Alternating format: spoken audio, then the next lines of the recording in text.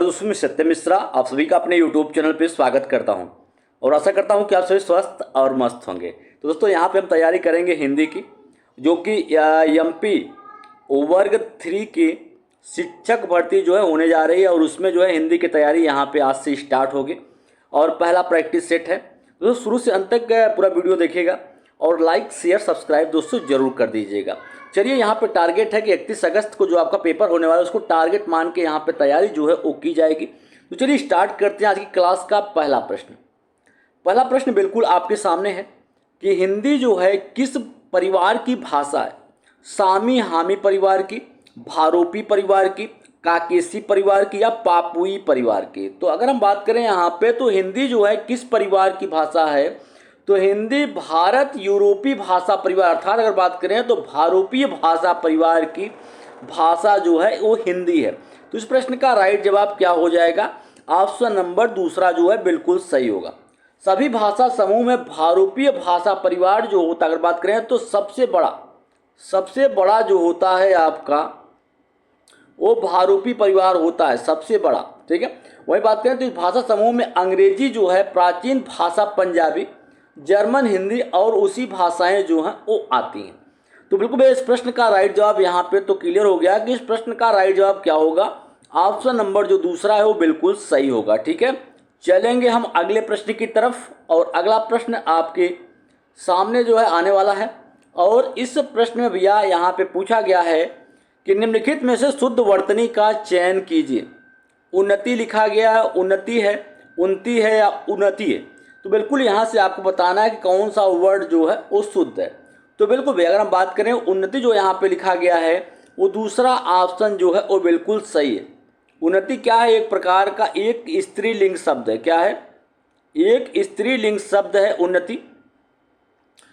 और उन्नति का अर्थ क्या होता है? अगर हम बात करें तो उन्नति का अर्थ जो होता है वो होता है प्रगति। ठीक है, क्या होता है? उन्नति का अर्थ होता है प्रगति। और उन्नति के अगर हम पर्यायवाची की बात करते हैं तो उन्नति के पर्यायवाची क्या होंगे? तो इसका बिल्कुल अगर इसके पर्यायवाची की बात करें तो इसका पर्यायवाची होता है विकास, उत्कर्ष, उत्थान।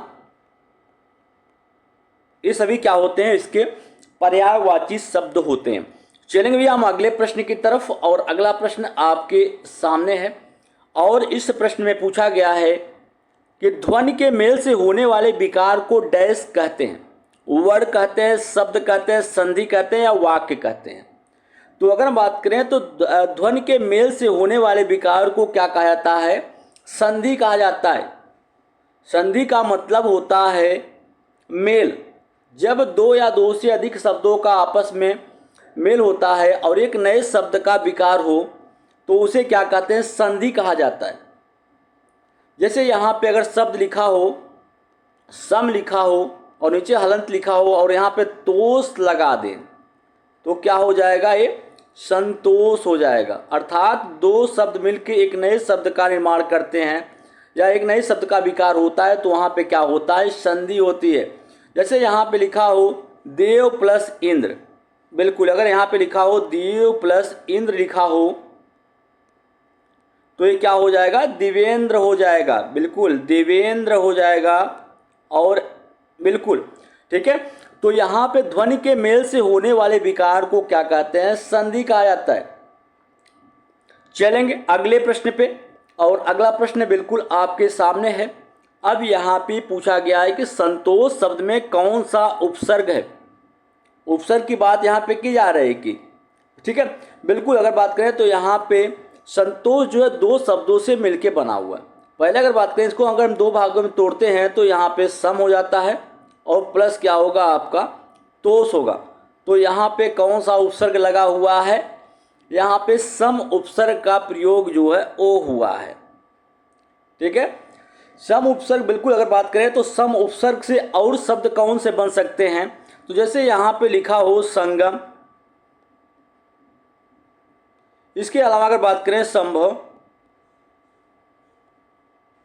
और संहार, ये सभी क्या होते हैं? आपके सम उपसर्ग से बनने वाले शब्द हैं। ठीक है, चलेंगे हम अगले प्रश्न की तरफ और अगला प्रश्न बिल्कुल आपके सामने है भारत की राजभाषा है, उर्दू है, अंग्रेजी है, हिंदी है या उपरोक्त में से कोई नहीं। तो अगर हम यहाँ पे बात करते हैं भारत की राजभाषा, तो भारत की राजभाषा जो है वो हिंदी है। क्या है? हिंदी है। ठीक है। और अगर हम राजभाषा को लेकर यहाँ पे बात करें तो संविधान सभा ने लंबी चर्चा के बाद 14 सितंबर 1949 को हिंदी को राजभाषा के रूप में जो है वो स्वीकार किया था। इसके बाद संविधान में अनुच्छेद 343 से लेके अनुच्छेद 351 तक राजभाषा के संबंध में जो है वो व्यवस्था जो है वो की गई थी। और इस चीज़ को बिल्कुल ताज़ा बनाए रखने के लिए कि भैया 14 सितंबर 1949 को जो है हिंदी को जो है भारत की राजभाषा के रूप में जो है स्वीकार किया गया था। तो हर साल 14 सितंबर को जो है, बिल्कुल अगर बात करें 14 सितंबर को हिंदी भाषा दिवस जो है वो हिंदी दिवस के रूप में जो है वो मनाया जाता है। चलेंगे हम अगले प्रश्न की तरफ। अगला प्रश्न यहाँ पे आपके सामने है और इस प्रश्न में पूछा गया है कि बोलते समय मुख के कितने उच्चारण स्थानों का प्रयोग जो है वो किया जाता है? 4, 5, 6 या 3? तो बिल्कुल बोलते समय मुख के 5 उच्चारण स्थानों का उपयोग जो है वो किया जाता है। कितने? 5 का। बात करें तो कंठ, तालु, मूर्धा, दंत और ओष्ठ होते हैं। कौन से होते हैं? कंठ हुआ, तालु हुआ, मूर्धा हुआ और दंत होते हैं। अगर हम बात करें तो उच्चारण की दृष्टि से हिंदी वर्णमाला के जो वर्ण होते हैं तो कुछ होते हैं कंठ वर्ण होते हैं। जिन वर्णों का उच्चारण करते हैं, बिल्कुल अगर बात करें यहाँ पे कुछ जो है आपके कंठ वर्ण होते हैं, कुछ आपके जो है यहाँ पे तालु वर्ण होते हैं, कुछ जो है आपके यहाँ पे मूर्धा होते हैं, कुछ जो है ओष्ठ होते हैं और वहीं पे कुछ आपके जो है दंत होते हैं। तो इनके उच्चारण स्थान के लिए अलग अलग जगहों का यूज किया जाता है। जैसे जिन वर्णों को उच्चारण में कंठ से जो है उच्चारण होता है उन्हें जो है कंठ वर्ण कहते हैं। इसमें कौन से वर्ण आते हैं? आपका अ हुआ, क हुआ, ख हुआ, ग हुआ, घ हुआ, अंगा हुआ और ह हुआ। इसके अलावा विसर्ग चिन्ह जो होता है ये भी क्या होता है? कंठ वर्ण के अंतर्गत आते हैं। वह अगर हम बात करें दूसरा क्या होता है? तालव्य या तालु होता है। तो जिन वर्णों का उच्चारण तालु से हो उन्हें तालव्य कहते हैं। जैसे ई हुआ, ई हुआ। इसके अलावा च, छ, ज, झ, या और यह आपका जो सा होता है ये सब क्या होते हैं आपके? ये तालव्य वर्ण होते हैं या तालु वर्ण कहते हैं। अगर बात करें तो मूर्धा, जिन वर्णों का उच्चारण मूर्धा से हो उन्हें मूर्धन्य कहते हैं। जैसे ठ हुआ, ठ, ठ, ड, ढ, ड, र, ये सभी क्या होते हैं? आपके मूर्धन्य वर्ण होते हैं। चलेंगे भैया हम अगले प्रश्न की तरफ और अगला प्रश्न आपके सामने है और इस प्रश्न में पूछा गया है कि शांत रस का अस्थायी भाव डैश है? भक्ति है, वत्सल है, निर्वेद है या जुगुप्सा है? तो शांत रस संसार की नश्वरता और ईश्वर की सत्ता का ज्ञान होने पर सांसारिक मोह माया से जो वैराग की भावना जो है उत्पन्न होती है उसे क्या कहते हैं? उसे शांत रस जो है वो कहा जाता है। वो अगर हम बात करें तो शांत रस का अस्थायी भाव क्या होता है? तो निर्वेद होता है। क्या होता है? शांत रस का अस्थायी भाव निर्वेद होता है। बिल्कुल इस प्रश्न का राइट जवाब ऑप्शन नंबर तीसरा होगा। जैसे अगर हम बता दें कि जैसे यहाँ पे लिखा हो कि मन रेख तन कागज का पुतला, लागे बूंद बिंसी जाए छिन में, गर्व करे क्या इतना। तो रस अगर हम बात करें तो यहाँ पे रस हो गया। वह रस क्या होता है? रस एक प्रकार का आनंद होता है। काव्य पढ़ने या नाटक देखने से जो विशेष प्रकार की आनंद की अनुभूति होती है या आनंद प्राप्त होता है उसे ही रस कहते हैं। तो हिंदी भाव में अस्थायी भाव के आधार पर रसों की संख्या जो है कितनी होती है? 9 होती है। चलेंगे अगले प्रश्न की तरफ और अगला प्रश्न बिल्कुल आपके सामने है और इस प्रश्न में पूछा गया है, बिल्कुल यहाँ पे प्रश्न है और इसमें पूछा गया है कि मेरे तो गिरधर गोपाल दूसरों न कोई, जाके सिर मोर मुकुट मेरो पति सोई। इन पंक्तियों में कौन सा रस है? करुण रस है, श्रृंगार रस है, शांत रस या विभत्स रस है? तो मेरे तो गिरधर गोपाल दूसरों न कोई, जाके सिर मोर मुकुट मेरो पति सोई। तो इन पंक्तियों में यहाँ पे श्रृंगार रस की बात जो है यहाँ पे कहे, श्रृंगार के बारे में यहाँ पे बताया जा रहा है। तो श्रृंगार रस यहाँ पे होगा। तो जहाँ काव्य में रति नामक अस्थायी भाव विभाव अनुभव संचारी भावों से पुष्ट होकर रस में परिणत हो वहाँ पे क्या होता है? श्रृंगार रस होता है। तो श्रृंगार रस आपके जो है मुख्यतः 2 प्रकार के होते हैं। एक तो होता है आपका संयोग श्रृंगार रस, एक होता है संयोग और दूसरा होता है वियोग श्रृंगार रस। ठीक है, वही बात करें तो बिल्कुल, तो ये आपका इस प्रश्न का राइट जवाब ऑप्शन नंबर जो दूसरा है वो बिल्कुल सही होगा। चलेंगे भैया हम आगे और अगले प्रश्न को यहाँ पे देखेंगे। अगला प्रश्न है कि भारत में संवैधानिक रूप से हिंदी का क्या स्वरूप है? राष्ट्रभाषा है, विश्व भाषा, राजभाषा या मातृभाषा? तो अनुच्छेद 343 के खंड 1 के अनुसार देवनागरी लिपि में लिखी हिंदी जो है संघ की क्या है? वो राजभाषा है। भारत की अगर बात करें तो भारत की क्या कोई राष्ट्रभाषा भी है? कभी प्रश्न पूछ लेता है कि भारत की राष्ट्रभाषा कौन सी है, तो बिल्कुल भारत की कोई भी राष्ट्रभाषा नहीं है। भारतीय संविधान में हिंदी को संघ की राजभाषा के रूप में जो है वो मान्यता दी गई। अब राजभाषा होता क्या है? बिल्कुल अगर बात करें तो राजभाषा का अर्थ होता है भाषा का इस्तेमाल जो है वो सरकारी कामकाज में, बिल्कुल सरकारी कामकाज में जो है इसका उपयोग जो है या प्रयोग जो है वो किया जाता है। वह अगर बात करें मातृभाषा क्या है, तो जिस भाषा में इंसान सबसे पहले बोलना सीखता है या वह उसकी मातृभाषा होती है, यानी माँ की गोद की भाषा को ही क्या कहा जाता है? मातृभाषा। माँ की गोद की भाषा, माँ की गोद की भाषा जो होती है बच्चे की मातृभाषा होती है। वहीं विश्व भाषा की अगर बात करें तो विश्व भाषा है वह भाषा जिसे दुनिया के कई देशों में लोग जो है बोलते हैं। यह भौगोलिक रूप से बिल्कुल व्यापक होती है और अलग अलग भाषा समुदाय के लोगों के बीच संवाद को बिल्कुल जो है वो संभव बनाती है। अर्थात जो है विश्व भाषा होती है जिसका उपयोग करके आदमी जो कहीं पे भी जाए और अपनी बात को रख पाए, ठीक है, या कम्युनिकेशन कर पाए लोगों से, वही विश्व भाषा कहलाती है। जैसे यहाँ पे हिंदी हुआ, अंग्रेजी हुआ, स्पेनिश हुआ, अरबी हुआ, रूसी हुआ और चीनी जैसी भाषाएं विश्व भाषा की दावेदार होती। चलेंगे भैया अगले प्रश्न पे, और अगला प्रश्न यहाँ पे आपके सामने, और इस प्रश्न में पूछा गया है कि स्वर वर्ण ए ऐ है का उच्चारण स्थान कौन सा है? कंठोष्ठ है, दंतोष्ठ है या कंठ तालव्य है या ओष्ठ है? तो जिन वर्णों का उच्चारण कंठ और तालु दोनों से होता है ऐसे वर्ण क्या कहलाते हैं?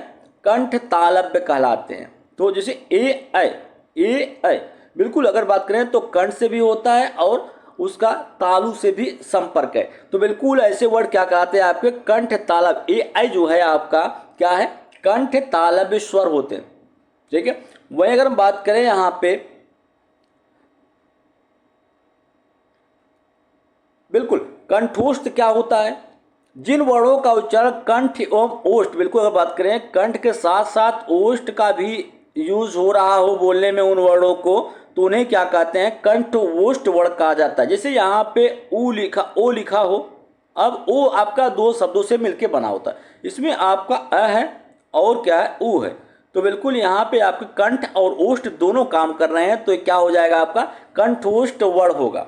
वही अगर बात करें यहाँ पे ओष्ठ वर्ण कौन से होते हैं, तो जिन वर्णों का उच्चारण ओष्ठ या ओठों से किया जाता हो उन्हें ओष्ठ वर्ण कहते हैं। जैसे यहाँ पे लिखा हो, प लिखा हो, फ लिखा हो, ब हो या भ हो, ये सभी क्या होते हैं? आपके ओष्ठ वर्ण होते हैं। चलिए आगे चलेंगे और अगले प्रश्न पे। अगला प्रश्न बिल्कुल आपके सामने है और इस प्रश्न में पूछा गया है कि पूर्वी हिंदी का विकास इनमें से किस अपभ्रंश से हुआ है? मागधी, ब्राह्मण, अर्धमागधी, खस। तो अगर बात करें यहाँ पे तो पूर्वी हिंदी का विकास इनमें से किससे हुआ है? तो अर्धमागधी से हुआ है। किससे हुआ है? अर्धमागधी से हुआ है। तो अर्धमागधी क्या है? मध्य भारतीय आर्य परिवार की भाषा अर्धमागधी संस्कृत और आधुनिक भारतीय भाषाओं के बीच की एक महत्वपूर्ण क्या है? कड़ी है।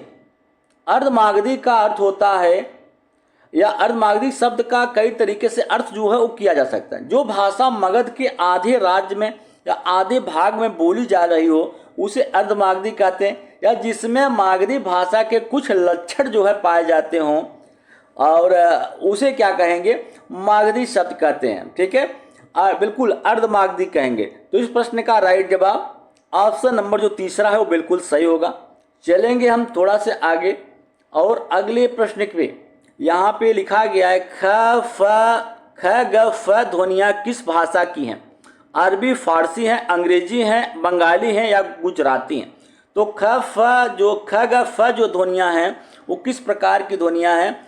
वो बिल्कुल अगर हम बात करें तो क हुआ, ख हुआ, ग हुआ, जिनका उच्चारण कंठ होता है और उसके और नीचे से अरबी इन ध्वनियों का उच्चारण होता है। इससे अगर सिर्फ क लिखा हो तो क कंठ से होता है और उसके नीचे देखिए यहाँ पे बिंदी दिया गया है ख मतलब यानी जो है यहाँ पे अगर बात करें तो उसके नीचे से जो है उच्चारण होगा।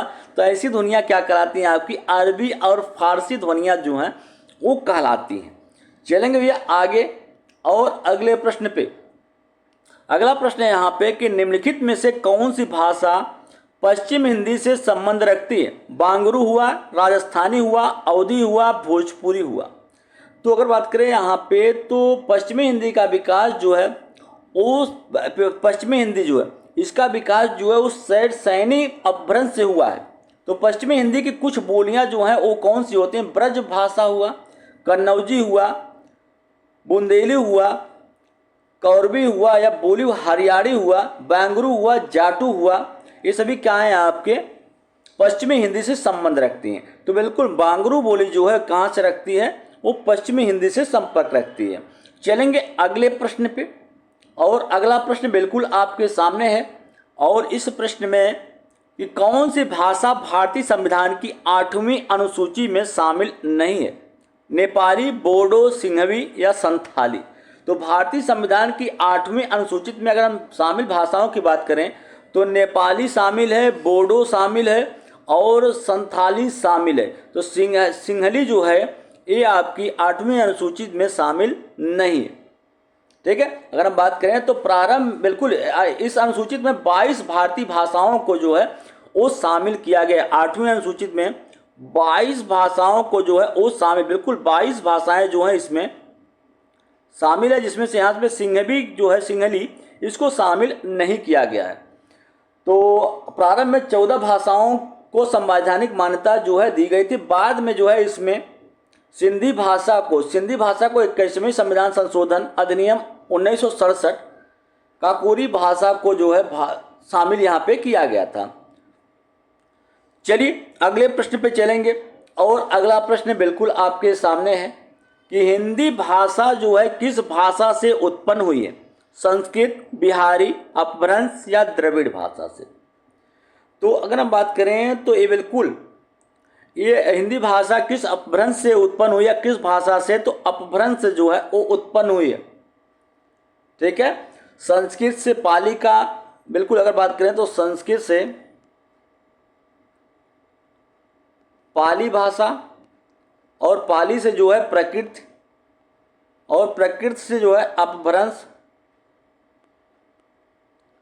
और अपभ्रंश से आपका अवहट और अवहट से जो है आपकी प्राचीन और प्राचीन भाषा से जो है आपकी आधुनिक भाषा का विकास हुआ। चलेंगे हम अगले प्रश्न की तरफ और अगला प्रश्न यहाँ पे हम देखेंगे और यहाँ पे पूछा गया कि भाषा की सबसे छोटी इकाई क्या है?